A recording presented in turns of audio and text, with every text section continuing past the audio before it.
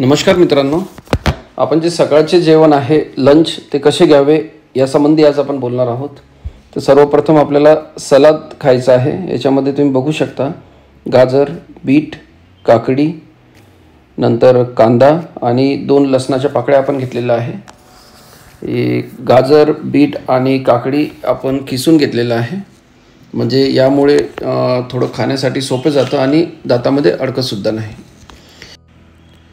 आपल्याला आहारामध्ये सलादचे प्रमाण जास्त ठेवायचे आहे आणि नंतर तुम्ही बघू शकता भाकरी आहे आणि जे हरभरे आहेत त्याची भाजी आहे आणि वरण घेतलेले आहे। ही जी भाकरी आपण बनवली आहे त्यामध्ये 25% ग्रेन्स आहेत आणि 75% डाळी आहे। तर यामुळे आपल्या आहारामध्ये प्रोटीनचे प्रमाण हे चांगल्या प्रमाणात राहते आणि कॉम्प्लेक्स कार्बोहायड्रेट सुद्धा आपल्याला चांगल्या प्रमाणात मिळतात। धन्यवाद।